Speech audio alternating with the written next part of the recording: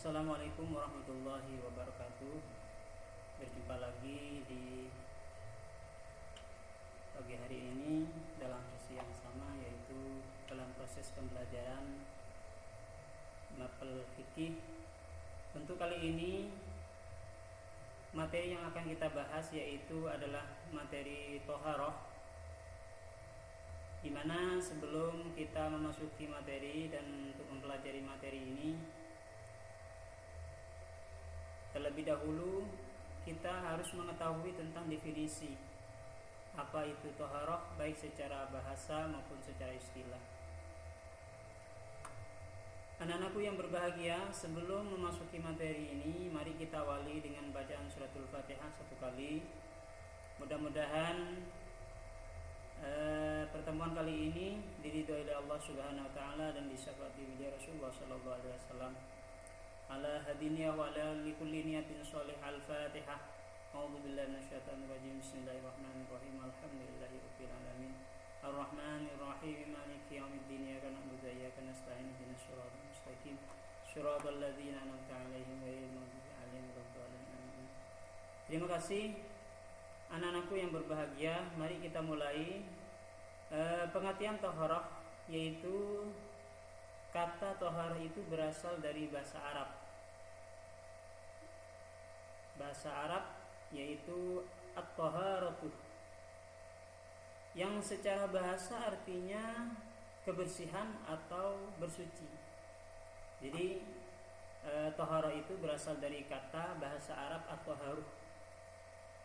Secara bahasa, pengertian secara bahasa toharah itu artinya kebersihan atau bersuci.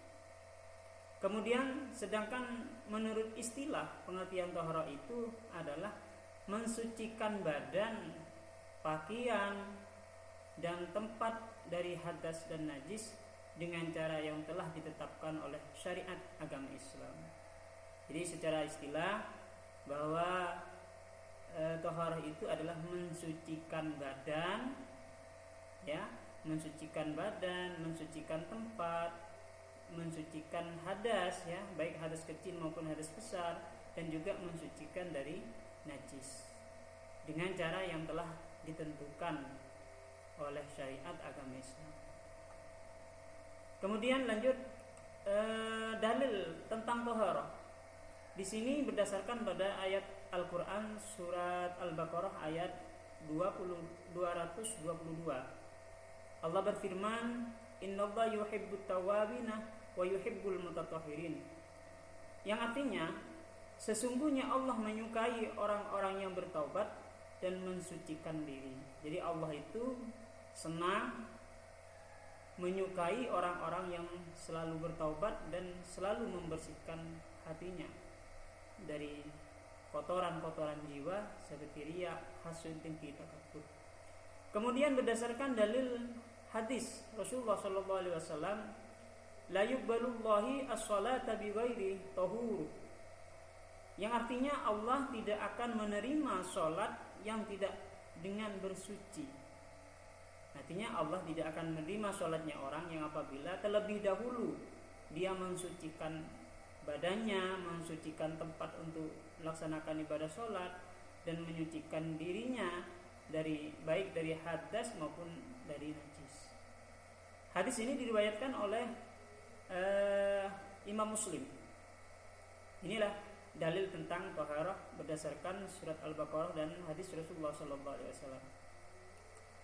Lanjut, kemudian macam-macam taharah di sini dibagi menjadi dua. Menurut Ibnu Rushd, taharah itu dibagi menjadi dua. Yang pertama adalah taharah dari hadas, baik hadas kecil maupun hadas besar.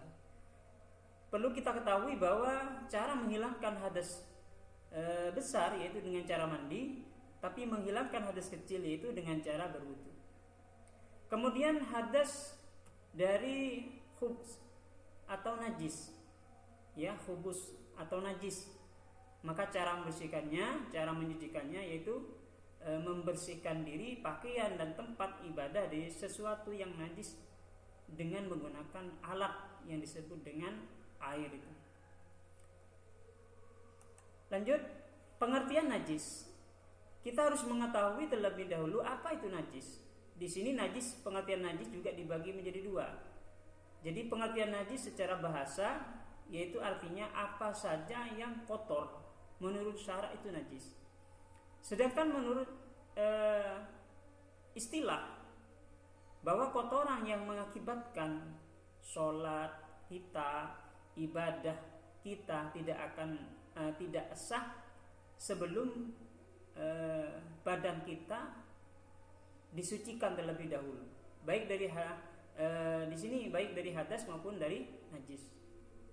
Kemudian bagaimana caranya untuk mensucikan membersihkan diri dari najis? Di sini ada dua. Satu dengan cara istinja, ya. Kemudian yang kedua dengan cara istijmar. Yang kedua yaitu menggosok dan menyiram. Artinya benda yang terkena najis itu digosok atau dibersihkan, dihilangkan bendanya. Kemudian dan menyiramkan dengan air yang boleh digunakan untuk bersih suci. Kemudian lanjut pengertian hadas. Hadas di sini secara bahasa, secara etimologi ialah seseorang yang tengah berhadas, orang yang dalam keadaan hadas. Orang yang dalam keadaan hadas ini adalah orang yang tidak boleh melakukan ibadah sholat sebelum dia menyucikan dirinya, baik hadas besar maupun dalam keadaan hadas kecil. Sedangkan secara terminologi, secara istilah, hadas itu adalah sesuatu yang mengotori anggota tubuh yang bisa mencegah sahnya sholat, seperti orang yang dalam keadaan junub, dalam keadaan haid, dalam keadaan nifas dan lain sebagainya. Ini adalah pengertian dari hadas, baik secara bahasa maupun secara istilah. Lanjut, cara bersuci dari hadas. Di sini dibagi menjadi dua.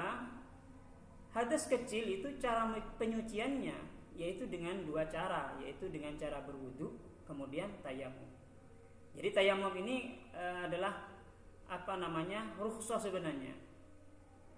Jalan keluar apabila orang dalam keadaan berhadas mau menyucikannya dari hadas kecil dengan cara berwudu, kemudian tidak ada air, maka kita boleh menggunakan debu dengan cara tayamum.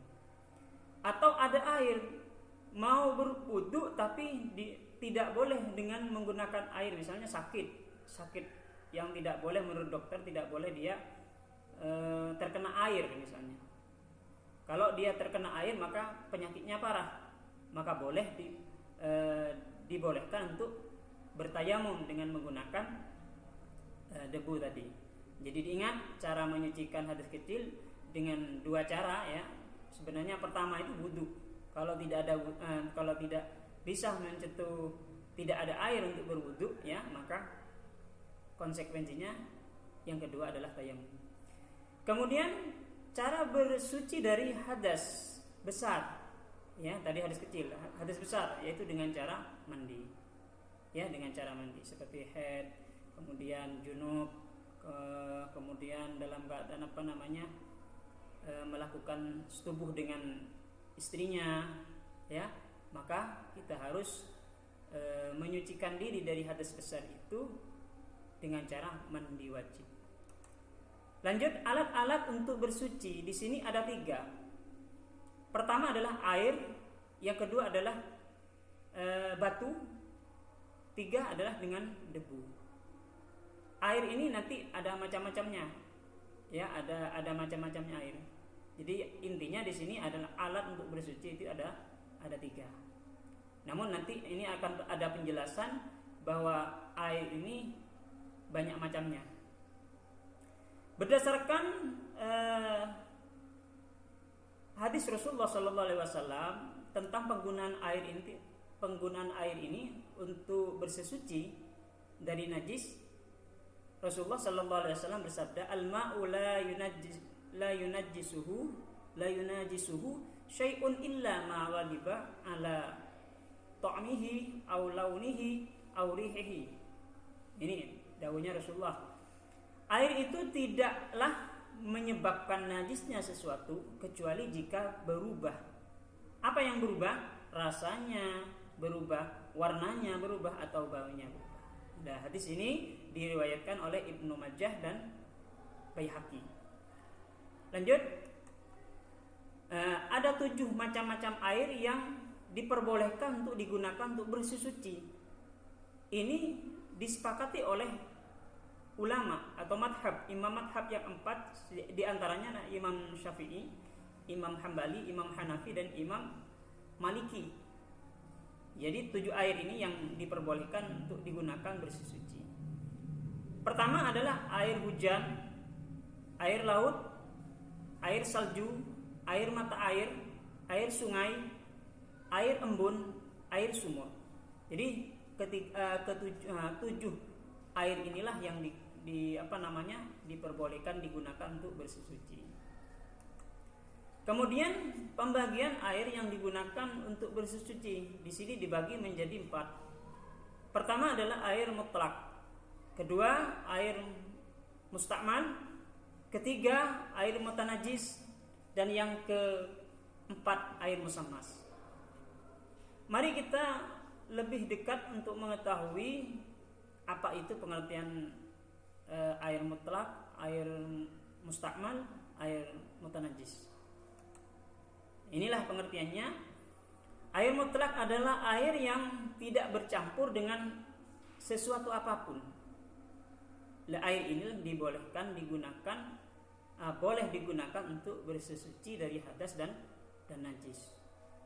Kemudian definisi dari air mustakmal, di mana air mustakmal ini adalah air yang sedikit yang telah digunakan untuk bersuci walaupun tidak berubah sifatnya karena tidak mencapai 2 bulan. Ya. Kemudian air yang ketiga yaitu air mutanajis, di mana air mutanajis ini adalah air yang terkena najis, yang mana air ini kurang dari 2 kullah walaupun tidak berubah sifatnya. Jadi kalau air yang kurang dari 2 kullah kemudian dijatuhi najis, ya, maka hukumnya air itu disebut air mutanajis, air yang terkena najis. Kemudian yang keempat adalah air musammas, di mana air musammas ini adalah air yang menjadi panas disebabkan diletakkan di tempat yang terkena sinar matahari dalam wadah berbahan logam seperti besi atau tembaga. Inilah macam-macam atau pengertian dari air, ya.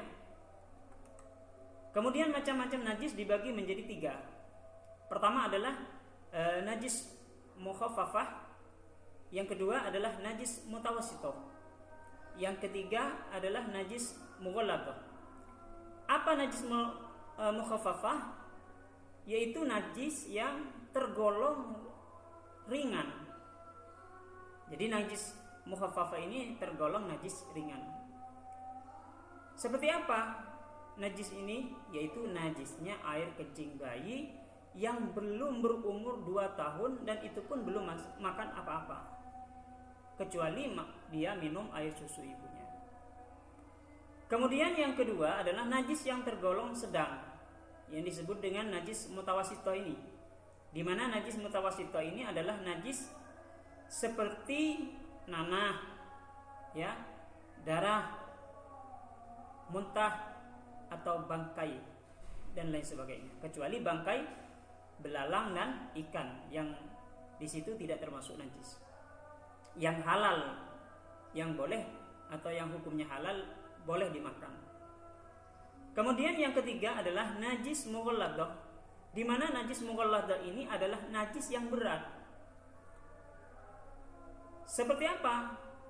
Najis apa yang tergolong di situ najis berat? Yaitu adalah najisnya anjing, najisnya babi.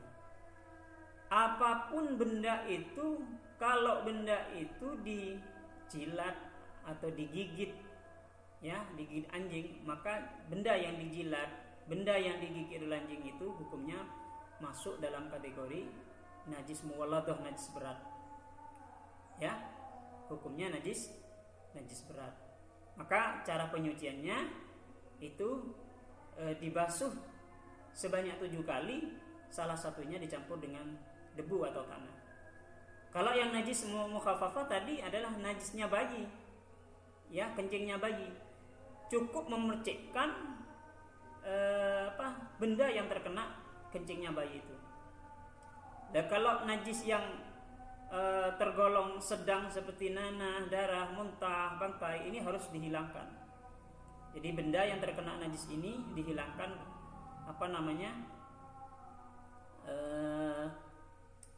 bendanya, ya, najisnya harus dihilangkan, ya, harus dibersihkan. Misalnya adalah tai ayam yang yang terkena